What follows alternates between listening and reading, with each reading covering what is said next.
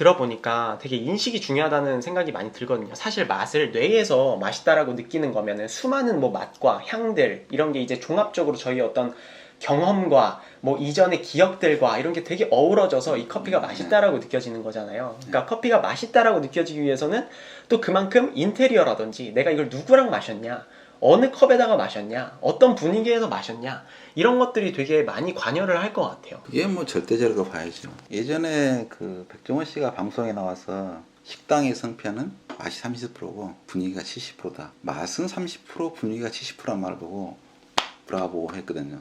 그 당시 그 전에 분위기는 뭐였냐 그러면 식당에 비결하면 새벽같이 일어나서 신선한 재료 구해와서 열심히 막 잠도 못 자고 정성 마땅한 게 보일 게 없으니까 새벽 장 보러 가고 그런 거 보여줬는데 방송에 나와서 식당의 성편 당연히 마실 거라고 말할 줄 알았는데 30%. 그러니까 내가 이제 그 책 하나 강박잡고 한강의 책을 통해서 한 말은 거울에 비친 거, 거울에 딱 갖다 보면 반사되면 쉽게 보이니까 여기 내가 보고 있는 것은 요걸 참조를 해서 내가 하나하나 요걸 그린 거다. 딱 그거 하나 설명하고 인쇄하는데 될지 안 될지 모르겠지만 일단 2시간 설명하면 어느 정도까지 좀 그 말도 맞는가 보다. 철학자라든가 유명한 사람이 그런 비슷한 느낌 말한 게 너무 많아요. 당신이 보고 있는 게 그냥 거울에 비친 게 아니라 나의 뇌가 창조한 거다. 엉터리로 그릴 수 있다. 이 말을 왜 설명하냐 그러면 맛을 설명하기 위해서.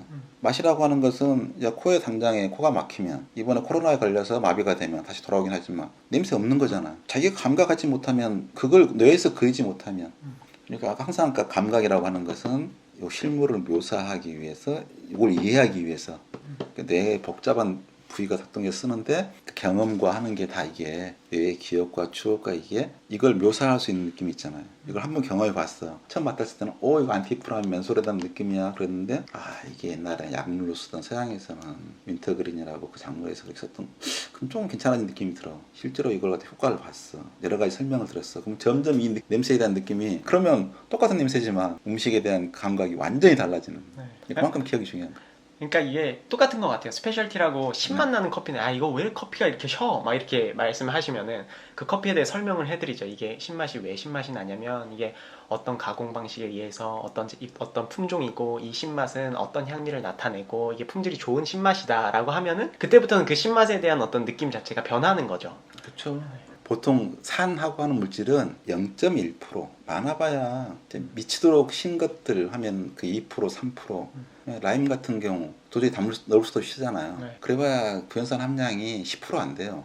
그리고 신맛이라고 하는 게 향이에요. 사람은 아까 미각, 후각 구별 안 한다 그랬지만 미각 중에 단맛, 신맛 구별 안 해요. 포도가 있으면 통째로 합해서 포도라고 그러지 이 포도의 단맛은 몇 프로고 신맛은 몇 프로고 향은 몇 프로니까 이것은 다른 것보다 향이 강한 게 아니고 신맛이 강해서 풍미가 강하네요. 이렇게 강한 사람 한 명도 없고 그냥 마음에 들어. 그럼 풍미가 좋은데요, 강한데요? 왜 강한지 몰라. 또 다른 게 뭐냐 그러면 서양에는 신맛에는 역치가 맞아요. 쉬어도 몇 배 더 쉬어도 못 느껴. 그 사람들한테는 신맛이 있는 제품이 풍미가 좋은 제품이지 신느낌이 아닌 거야. 한국 사람은 신맛에 예민해서 조금만 들어있어도 시니까 향이 좋다고 느끼기 전에 시다라고 느껴버리는데 그 사람들은 신맛에 둔감하니까 신맛이 더 강하면 기본적으로 바디의 하나인 거지. 바디라고 하는 게 어떤 그 필링도 되지만 통째로의 그 음식이 갖고 있는 풍미 성분의 강도라고 봤으면 이게 채워져야 되는 거잖아요. 단맛 느낌도 좀 채워졌어. 어찌됐거나. 신맛 느낌도 채웠어. 쓴맛 성분도 채워졌어. 오일, 향, 어떤 실제로 약간 좀 무거운 그 음료의 질감 다 채워졌는 상태에서 자극이 충분한데 맛있어. 참 훌륭한 커피네. 향이 좋아. 세상에 이렇게 뛰어난 커피가.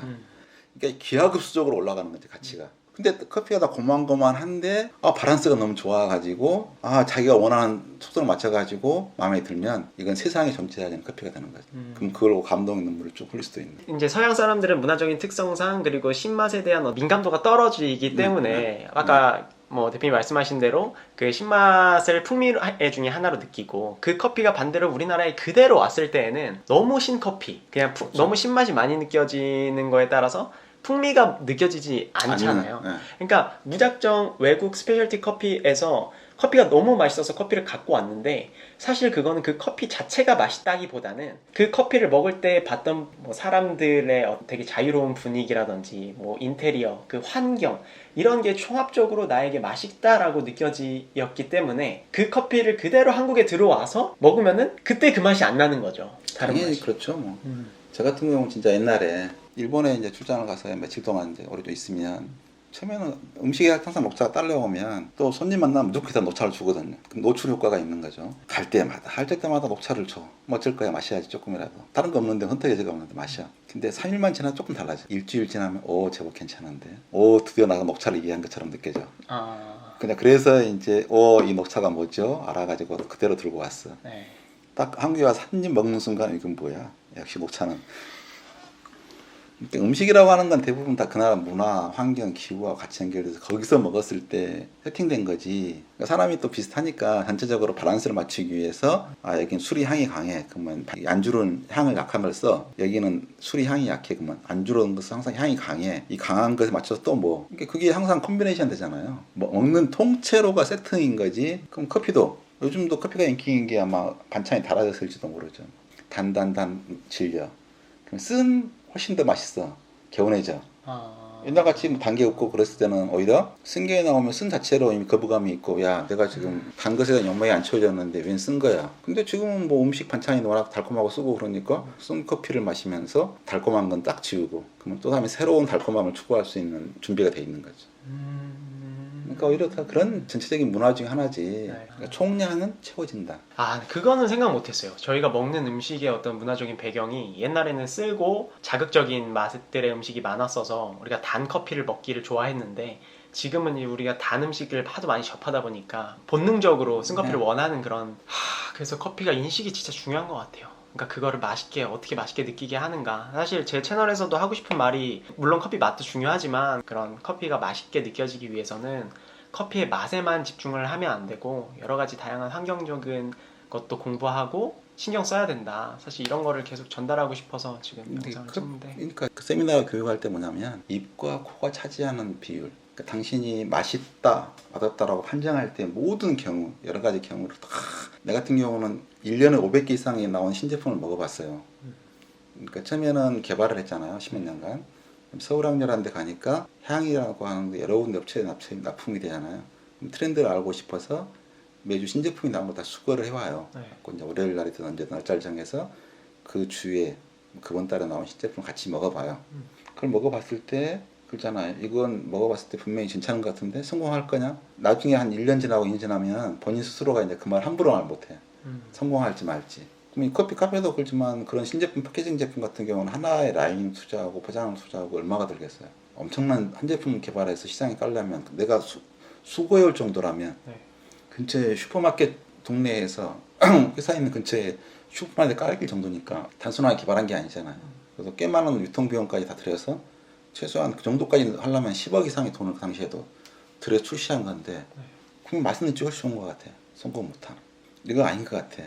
대박을 치고 있어. 그런 요소가 너무 많고 마케팅하고 개발팀하고 맨날 싸워요. 뭐라 그러냐. 제품이 잘 나가. 마케팅 자기들이 잘해서. 안 팔려. 딱 한마디로. 뭐라 할 것 같아. 맛이 없어서. 다른 회사 잘 나가. 똑같이 해줘. 저렇게 맛있게 해줘. 브라인드를 하면 알 것 같아요? 모르죠. 브라보콘 맛 배합표가 있냐? 그러면 없어요. 혜태에 갔으니까 궁금했을 거 아니에요. 브라보콘 차량에 배합표가 있으니까 파일이 있을 거 아니에요. 파일이 이렇게 이만큼 두껍게 있어. 최초의 배합표 보면 이게 맞을까? 그 원료 봐서도 뭔지도 모르겠어. 지금 쓰지도 않은 원료 이름이 많이 있고 그러니까 기본적으로 향이 다른 게 아니라 기본적으로 쓰던 원료부터 달라. 아니 그 당시에는 이런 원료를 썼단 말이야. 무슨 원료지? 알 수도 근거도 없고 모르는 그런 원료가 있는 거야. 그러니까 브라보콘이라는 맛이라고 하는 것은 브라보콘이라는 컨셉이 움직인 거지 배합표가 있는 건 아니죠. 브라보콘의 개념, 그죠? 이미지가 있는 거지. 임의로 판 거지. 야, 브라보콘 하나만 얼마를 팔고 있는데, 야, 배합표 줄 테니까 나가서 똑같이 만들면 다 알고 있지. 내가 독립해서 브라보콘 팔 수 없어요. 그 포장에 그렇게 들어있을 때만 브라보콘인 거지. 내가 어렸을 때 강한 인상을 지배했던 그 브라보콘은 그걸 먹을 땐 그 추억을 먹고 있는 거고, 그걸 계산한 프리미엄 브라보콘이야, 뭐 슈퍼 다 필요 없음. 그건 입이고. 이게 저도 커피 이제 B2B 쪽 하면서 프랜차이즈들 담당자들 만나고 또 여러 매장을 돌아다니면서 정말 잘 되는 매장, 큰 매장, 작은 매장 할 것 없이 커피를 세팅하고 하는데 처음에는 커피에 집중할 때는 왜 이 커피가 추출이 조금만 더 이렇게 되면 맛있게 팔 수 있을 텐데 뭔가 이게 물을 조금만 더 희석하고 이 향미를 최대한 폭발시키면 더 맛있을 수 있을 텐데 처음에 이거에만 집중하다가 나중에 말씀하신 대로 이거를 맛있게 느껴지게 하는 거는 다른 요소에 있구나라는 거를 깨달아요. 왜냐면 똑같이 추출을 하더라도 이게 어떤 환경에서 먹느냐에 따라서 너무 다른 거예요. 결과물들이 똑같은 커피인데.